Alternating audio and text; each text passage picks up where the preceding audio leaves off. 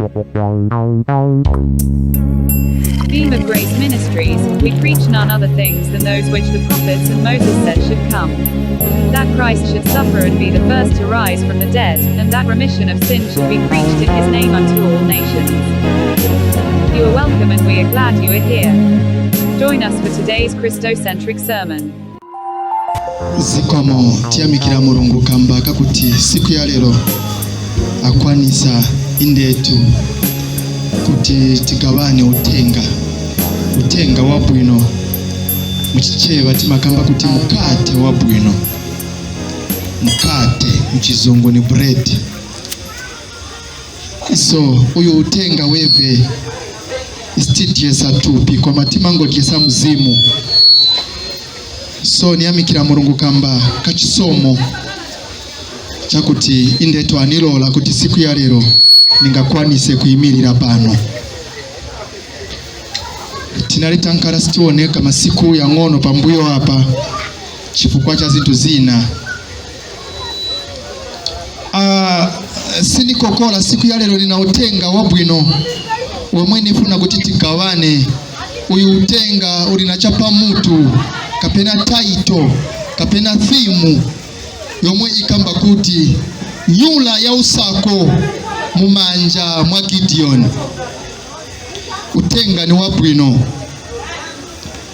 Nyula yausaku mumanja mwa Gideon. Wambiri Gideon timuziba beti naberenga Bible.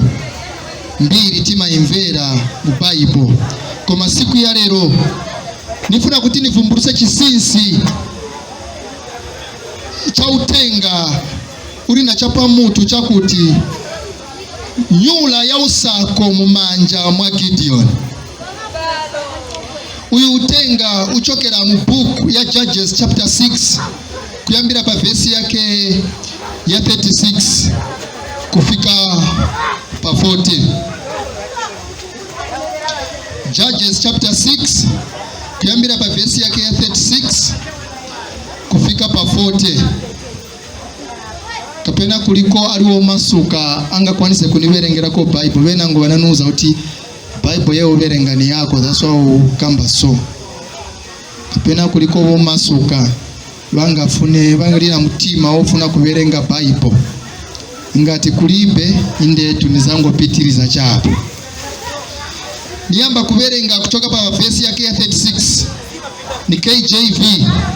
And Gideon said unto God, if thou wilt save Israel by mine hand, as thou hast said, behold, I will put a fleece of wool in the floor.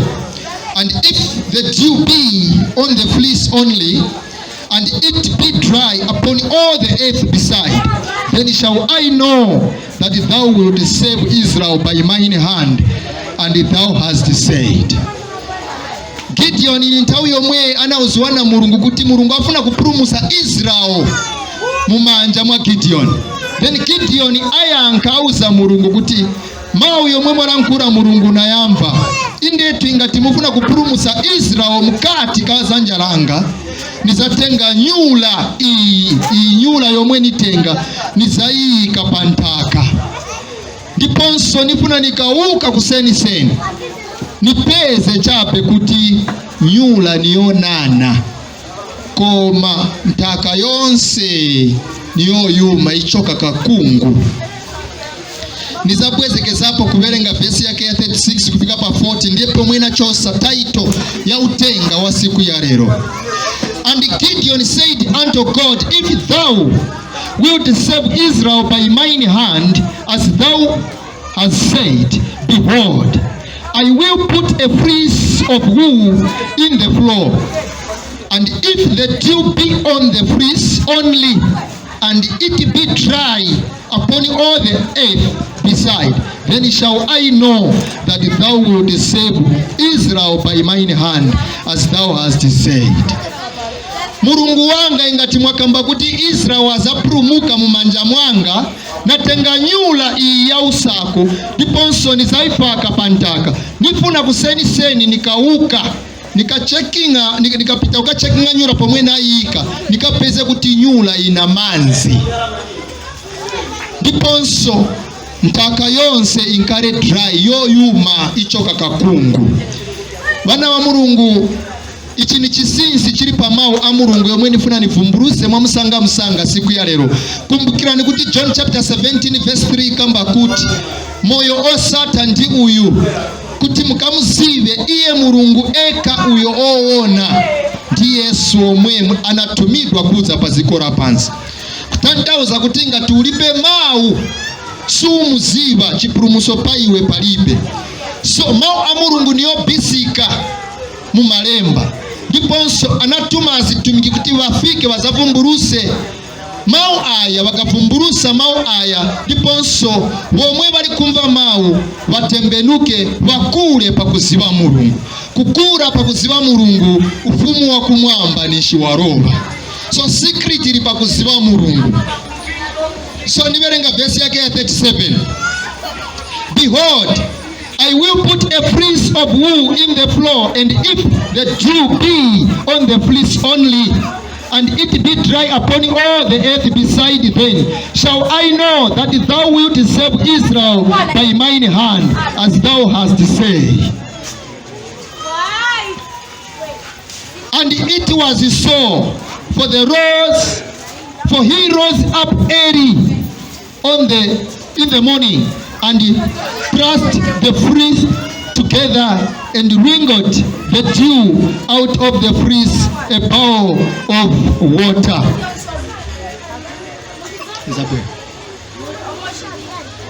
So Gideon ananyamuka kuseniseni kukapita kuti akaone pomwe anasiya Nyula, because Mulungu anakamba kuti nifuna kupulumutsa Israeli mumanja mwako Gideon. And then Gideon auza Mulungu kuti nikulupirire kuti mufuna kupulumutsa Israeli mukati kamanja yanga, nizatenga Nyula niike apa mailo kuseni nikabwera nifuna nizapeze kuti Nyula ina manzi, Nyula ili na mame. And then pansi apa ponse pankale pouba, pankale pachoka kakungu. And then indetu Gideon kuseniseni ananyamuka kupita kukachekinga pomwe anaika kanyula kake. Kanyula anakapeza nishikali na mame, bati mbali monse ntaka inaliyo yuma ichoka kakungu. Then verse yake ya 38 ikamba kuti anatenga Nyula Gideon nofina mame, ndiponso anazuja bao ya manzi.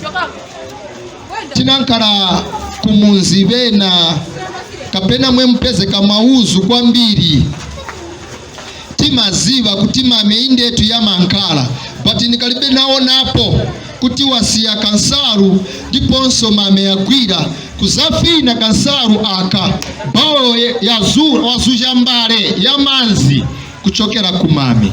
Ichi ni chisinsi chomwe nakamba kuti siku ya lero nifuna nivumbuluse mwa musanga kuti tipunzire china pakuziva Mulungu.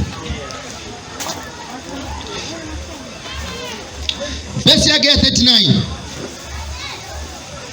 And Gideon said unto God, let not thine anger be hot against me, and I will speak but these words. Let me prove, I pray thee, but this was with the fleece, let it now be dry only upon the fleece, and upon all the ground let there be dew. Gideon ataona kuti ndetu mame yapezeka pakanyula aka, ndiponso akwanisa kufina manza asuja gombale. Auza Mulungu kuti Mulungu musakalipe zomwe nifuna kuchita futi, nifuna kuti tichite opposite yomwe ya bintu pomwe pachitika apa. Nifuna mailo nikabwera nikapeze kuti pansi ntaka ya nana, koma kanyula aka kankale kouma. Onani zinachitika pa kuyamba kanyula kanapeze kana manzi kulingana na mawu ya Gideon. Then number 2, Gideon akamba kuti nifuna nipeze pansi panana, saru niipeze niyoyuma. And then Gideon anaenda kunyumba nasiya saru pantaka. Verse yake ya 40 kamba kuti, and God did so that night, for it was dry upon the fleece only, and there was dew on all the ground. Seni Gideon aenda kukapeza kuti mumbali mbali monse munanana, bati kansalu kanali kouma. Nifuna kupunzisa chani siku ya lero pankani ya Gideon. Niberenga same book kuyambira pa verse yake ya 1. And the children of Israel did evil in the sight of the Lord, and the Lord delivered them into the hand of Midian 7 years. Bana ba Israeli banachimwira Mulungu, batachimwira Mulungu, Mulungu anabayika mu manja mw'abadani bawo kuti bakantiwe. Ndiponso banavutisiwa bana ba Israeli 7 years mu manja mwa Midianites. And the hand of Midianites prevailed against Israel, and because of the Midianites, the children of Israel made them the dens which are in the mountains and caves and strongholds. And so it was, when Israel had shown that the Midianites came up, and the Amalekites and the children of the east, even they came up against them. And they encamped against them and destroyed the increase of the earth, till thou come unto Gaza, and left no sustenance of Israel, neither sheep nor ox nor ass. So bana ba Israeli chinalengesa kuti Mulungu akambe kuti abana ndifuna nibapulumuse siku ya lero bafutika kwambiri. Banafutika mu manja mwa Midianites 7 years. Reason yo futika bana ba Israeli banachimwira Mulungu. Batachimwira Mulungu, Mulungu analola badani kuti bakante bana ba Israeli. So nani zinali kuchitika? Bana ba Israeli banali kuchitati bakalima zolima. Time yokolola ifuno okwana, ma Midianites banali kufika kuzatenga vonse vokudya bija vomwesi banavutikire na kuononga vonse bintu binali pa bana ba Israeli. So kambaka ichi bana ba Israeli banamba kulirira Mulungu, ndiponso Mulungu anamba ndiye kunyamura Gideon. Gideon nifuna upulumuse bana ba Israeli. Nifuna kupunzisa chani siku ya lero. Mukaona wa Midianites, muona nchito za Satana mterekezi. Mukaona bana ba Israeli, muona mutundu wa antu omwe apulumusidwa siku romwe Yesu akuza kuzaweruza ziko hili. Mukaona uchimo nikusamvelela mau amurungu ingati alalikiridwa bena timankala tilibe nao nchito. So Gideon anyamuliwa. Gideon ni ndani. Bana ba Mulungu izi nali kuchitika ku Old Testament church. So mukaona Gideon tikaberenga book ya Wakolose chapter 2, tikaberenga book ya Hebrews chapter 10, tisapeza kuti izi zonse zinali kuchitika kumbuyo uku unali mutunzi wa zintu zabwino zomwe zinali kubwera kusokolo. So tikaona Gideon, tuona mutunzi wa Yesu Kristu, because ni Yesu chabe omwe akwanisa kupulumusa antu. So ukaona Mulungu auza Gideon kuti nifuna kupulumusa bana ba Israeli. Tiona kuza kwa Yesu Kristu kuzapulumusa awo omwe ali na mazina yorembedwa mu buku la moyo. Nizindikira tiendera pamozi. So nifuna nipasule chisinsi chili apa. Chisinsi chili apa ni chakuti. Why Gideon atenga Nyula yausaku mumanja mwake, ndiposo na hii kapantaka auza Mulungu kuti nifuna kuseni nikapwera nizapeze chabe kuti salu iyi ya nana, ndiposo ground yonse ni yoyuma. And then the following day afika anapeza zindu za chitika, then auza Mulungu kuti musakalipe mbuye, nifuna nichite opposite ya hizi zindu. Mailo nikafika nifuna nipeze ntaka ya nana koma nsalu ni yoyuma. Then Mulungu anachita zamene hizi. nifuna nipunse cyane siku ya lero pankani yotere namasulira kudara ukamba kuti mukaona Gideon ni mutunzi wa Yesu Kristo iye omwe akuza kuzapulumusa anthu.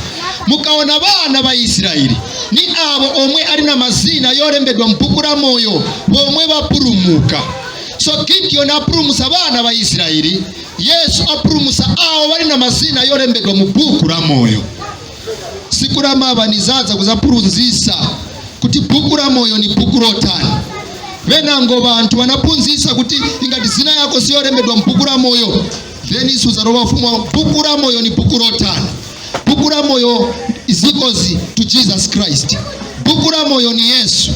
So ingati zina lako silolembedwa mukati mwa Yesu Kristo, then isuna lembewe mukati ka buku la moyo. Nifuna niberenge Isaiah 53. Nifuna ni tamange mwa msanga na kamba kuti siku ya lero sinikokola pano.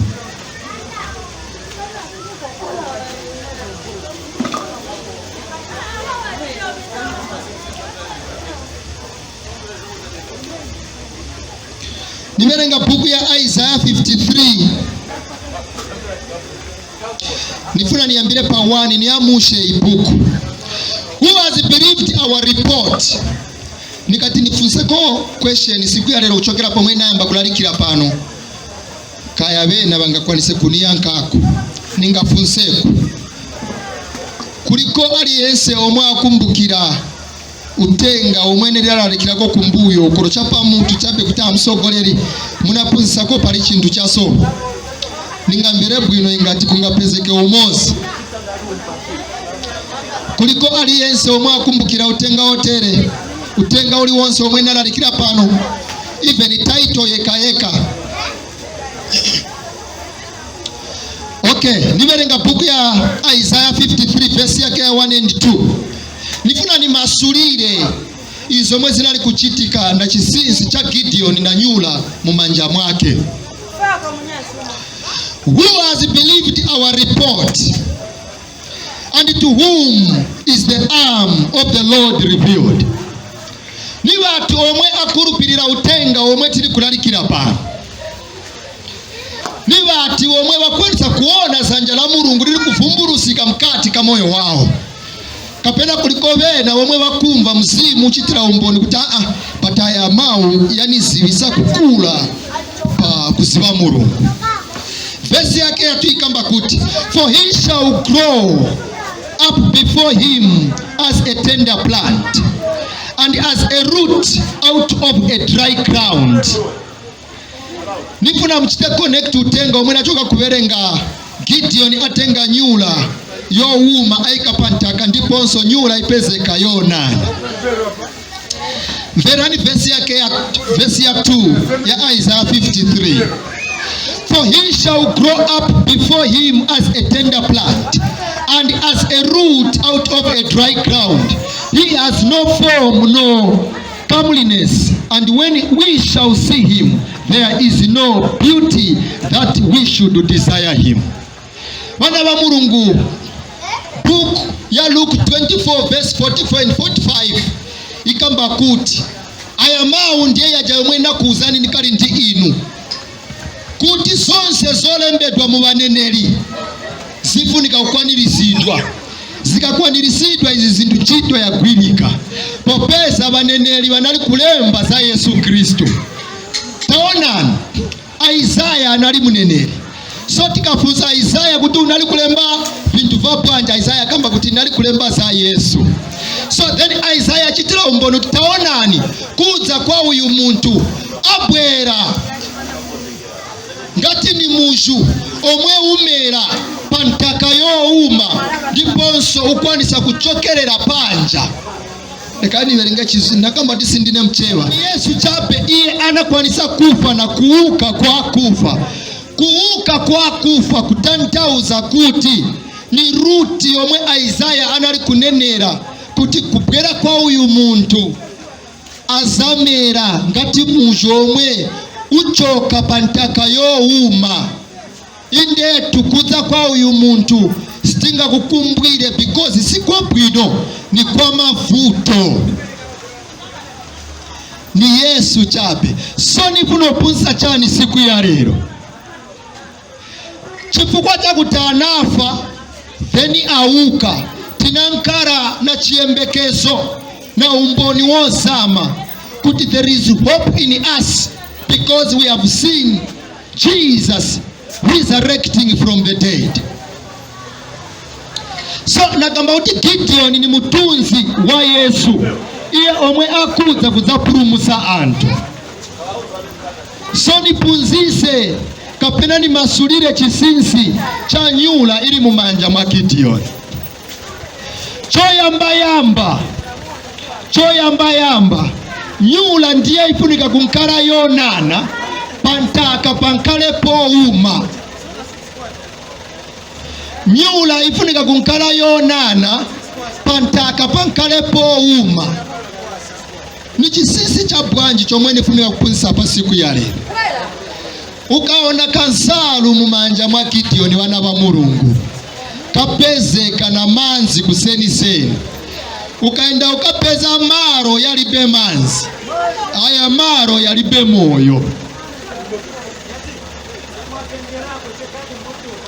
Ukaenda ukapeza maro yalibe manzi, aya maro yalibe moyo.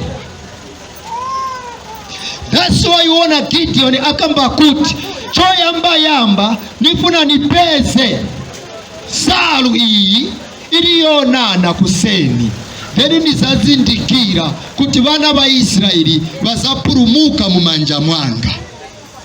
So Gideon apeza salu ili na manzi kutantauza kuti iyi salu ili na moyo. And then cha number 2, Gideon akamba kuti inde tunaipeza nsalu ili na manzi pantaka nipouma. Mairo nikauka nifuna nizapeze kuti ntaka ya nana manzi yapezeka pantaka chape koma nsalu ipezeke youma.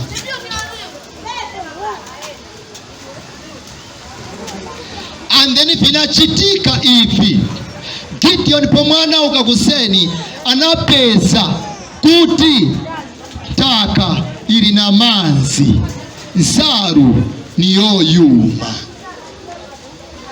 Wana wa Mulungu kumvezesa utenga wotere chitengera chisinsi na chisomo cha Mulungu. Why ni kamba mau otere? Because Isaiah 28 akamba kuti nibani omwe azaunikira kuziba, nibati omwe azazibisa chisinsi chiri umalemba, ni awo chape omwe achosedwa pabere valeka kuyamwa. Kutantauza kuti ngati ukali kuyamwa sunga kwanise kumvetsa visinsi vili mukati kama a Mulungu. So ukapeza nsalu nionana, Gideon pomwe apeza nsalu nionana, ntaka niyouma. Wana wa Mulungu ntaka ichita represent ise bantu.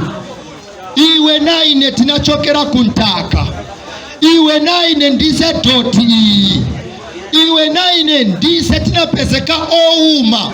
Pomwe Gideon aika nsalu na kuuka kuseni kusapeza nsalu chape ndiye ili na moyo. Wana wa Mulungu ni masurira chisinsi ichi, ndiponso nikasiriza kumasurira chisinsi ichi nishinasiriza utenga wa siku ya lero. Nakamba kuti ntaka yomwe Gideon anakamba kuti nifuna nipeze ntaka ni youma ndiwe naine, iwe naine ndize ntaka doti iyi yomwe Gideon anaikapo nsalu yake, ndiponso kuseni auka akuza kuzapeza nsalu ina manzi, ndiponso iwe naine ndize ouma. Ni nsalu chape yomwe inapezeka iliyonana. Ukapeza maro yalibe manzi, ayo maro yalibe moyo. Maro yali yonse yalibe manzi, ayo maro yalibe moyo. Because maro yotere sikumera mitengo, because maro yotere kulibe chili chonse chomwe chimachitika. So iwe naine ndize ntaka ija yomwe inapezeka yoyuma. tirina mwai kambaka kuti Gideon anaika nsaru yomwe anaika Gideon inapezeka yonana kuseni. Kupezeka isaru ili yonana kuseni kutantauza kubwera kwa Yesu.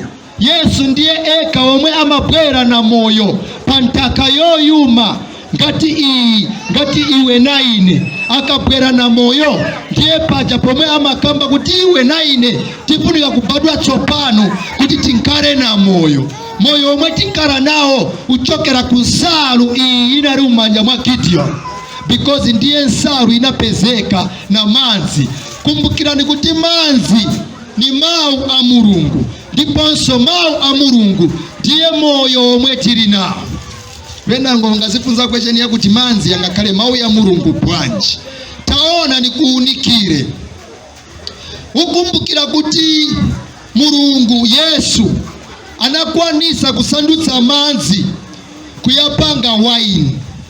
Atasandutsa manzi kuyapanga waini, anapasa abantu ndiponso banamwa. Ndiye waini ija yomwe anapasa ophunzira bache kuti mwani chiko ichi popeza ndiye mwazi wanga. Mukamwa chiko, mukamwa waini, mwamwa madzi, mwamwa waini yomwe achokera ku madzi. Kutandauza kuti mukamwa waini mwamwa mwazi wa Yesu Kristo. Mwazi wa Yesu Kristo ndiye utipasa moyo isi. Kodisi uona kuti moyo ndiye mawu yomwe nili kulalikira siku ya lero. So, kanamba 2, Gideon akamba kuti ndetu manzi na yapeza pansaru. Koma chachibiri Mulungu wanga musakalipe nifuna nipeze kuti takayanana ndiponso nsaru inkale yowuma. Mulungu wanga musakalipe mailo nikabwera nifuna nizapeze kuti ntakayanana ndiponso nsalu inkale yoyuma. And then Gideon anaenda kusenseni anapeza kuti ntaka yonse inanana, nsalu inali yoyuma. Chitantauza chani ichi? Kodi chisinsi chili apa tichimvesesesa? Chisinsi chili apa bana ba Mulungu kupezeka ntaka yanana then nsalu yankala yowuma. Chitantauza iwe naine chifukwa cha nsalu inali yatanana talandira moyo. So tikarandira moyo iwe naine tinana ndiye kunana na manzi uku. Kumbukira ni Ephesians 5 akamba kuti pomwe nili kulalikira utenga wa Mulungu ni mwaza manzi ni sansa manzi ya chipulumuso kwa inu.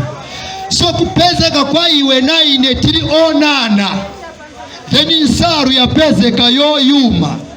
Iwe naine tarandira moyo then kuyuma kwa nsalu ni kufa kwa Yesu Kristo. Ukaona Yesu hapa nsalu ya yuma. Kufa kwa Yesu apasa ise moyo kuti iwe naine tinkale na moyo osata kuti tirobe ufumu wa kumwamba. So nsalu ipezeka yoyuma ndiye kufa kwa Yesu Kristo. Nsalu ipezeka yonana ndiye kuuka kwa Yesu Kristo. So nsalu ikabwera yonana ipeza ntaka yoyuma uli iwe naine. Nsalu ya yuma iwe naine tarandira moyo tipezeka wonana. Ndiye kubwera kwa Yesu Kristo kuzapulumutsa iwe naine kuti tinkale na moyo osata. Pachisinsi chomwe na masulira apa muyakine kuliko aliko na funso nimamvera bwino kufunsiwa because ingati muntu afunsa amamva chomwe ali kuphunzira. So ingati kuliko ali na question pachisinsi chomwe nali kuvumburuza siku ya lero, please bwerani mufunse question ndiponso tizayankana bwino kulingana na malemba yali mu Bible. Ingati kuliko baliko na question pa utenga omwe nalalikira apa na papa atabwerani mufunse nikalibe na siriza so that musasare na chindu chakuti nali kufuna kufunsa semene zinafunsa question. Bwerani nkalani omasuka mubwere muzafunse question. Kumbukirani chapa mutu nenze nakamba kuti Nyula yausaku mumanja mwa Gideon. Hena masulira Nyula iyi ni ndani. Na masulira Nyula kupezeka pa dry ground. Na masulira ground kupezeka yonana Nyula kupezeka ili dry. So ingati kuliko ali na question, bwerani mufunse nikalibe na masuka.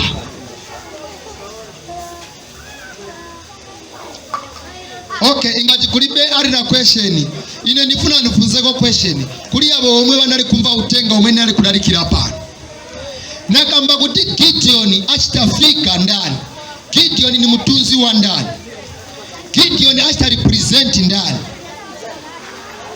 Ingati kuliko banali kumva question utenga omwe nali kulalikira. Nakamba kuti Gideon achita represent ndani.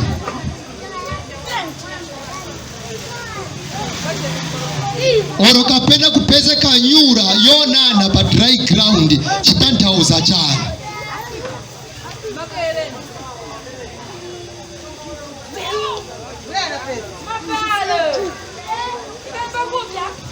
Amen. Nekani chite conclude utenga wanga wa siku ya lero. Nakamba kuti chisisi chiri apa ukaona ma Midianites vachita represent chito za Satani. Ndiponso ukaona wa Israeli vachita represent mutundu osankidwa kapena bantu wali na mazina yorembedwa mupukura moyo. Ukaona Gideon aika nsalu pa dry ground, saru ipezeka yonana, ground ni yoyuma. Saru ndiye ili na moyo chape. Ground itantauza ntaka hii, kutantauza iwe na ine. Ndise dry ground inalibe moyo, kufikira kubwera kwa Yesu Kristu pasikora pansi. Ndiye anabwera na moyo, iye anabwera kuzati pasa moyo kuti moyo uyu nkarani nao. That's why muona second time Gideon akamba kuti nifuna nipeze ground ya nana saru iyume. Kupezeka ground ya nana ndiwe na ine talandira moyo. Tikanana ise moyo taulandira. Then kunana kwanga na iwe kutantauza kupezeka nsaru ya uma. Saru ikauma hii kutantauza kuti isaru ilibe moyo. Ndiye kufa kwa Yesu. Yesu akafa apasa ise moyo iwe na ine kuti tinkare na moyo. Moyo uti moyo osata noti uyu moyo wamene tikudya nsima pano pazikora pansi. Moyo osata wakuti tikachoka paziko lino lomwe tiliko siku ya lero tiende onkarana moyo osata. Amen. Nizindikira ingati nizafunza question manje bantu ngakwanise kuyanka because nabwezapo pamao yomwe nali nakamba. Koma sinizafunza question nizakamba chabe kuti Mulungu akutaliseni pomwe mulingalira utenga hotere kuziba bisinsi biri umalemba a Mulungu chitantauza kukura pakuziba Mulungu. Inde tukakura pakuziba Mulungu meaning ufumu wa kumwamba waroba kulingana na buku ya John chapter 17 verse 3 yomwe ikamba kuti moyo osata ndi uyu kuti mukazibe iye Mulungu ekayo oona ndi Yesu omwana mtuma pazikora pansi. Tizaona nanso siku la mava. Siku la mava nina utenga omwe nizabwera kusalalikira uli na chapa mutu chakuti chenjerani na bana ba Eli Phineas na Hofi. Chenjerani na bana ba Eli Phineas na Hofi. Uyu utenga nibwera kusalalikira next Friday. Ndiponso pomwe tibwera kusalalikira next Friday tente invite bena tizazingo nyema teka ise mkate kuti tikarobe teka ufumu wa kumwamba. Tente invite bena kuti Friday pomwe yakwana 18 hours msogoleri tieti zungurukire kwa kusite uku pali utenga. Ndiponso tisagawane utenga. Phineas na Hofi ni abanyamata wanali kubanyama kapena zoshoga za nsembe za Mulungu. Wanali na mahuku yakuru yakuti mukapereka nsembe weve vatenga zija zonenepa vakudya vashokera mulungu tujatoonda. So next Friday kutenga wanga chapa mutu ni chakuti chenjerani ndi vana va Eli, Hofni na Phineas. Zikomo mulungu pa utenga wabwino niyamikira zina lanu kamba kakunilola kuti nifike nizalalikire utenga wotere. Inde tutapunzira chisinsi chiri umalemba siku ya lero, taziva ndiponso takula. Pitirizani kutipasa mzimu wa chilako lako kuti tipunzire kuziva inu mulungu wabwino. Kamba kaichi ningoti zina lanu lilemekezeke nthawi zonse. Amen.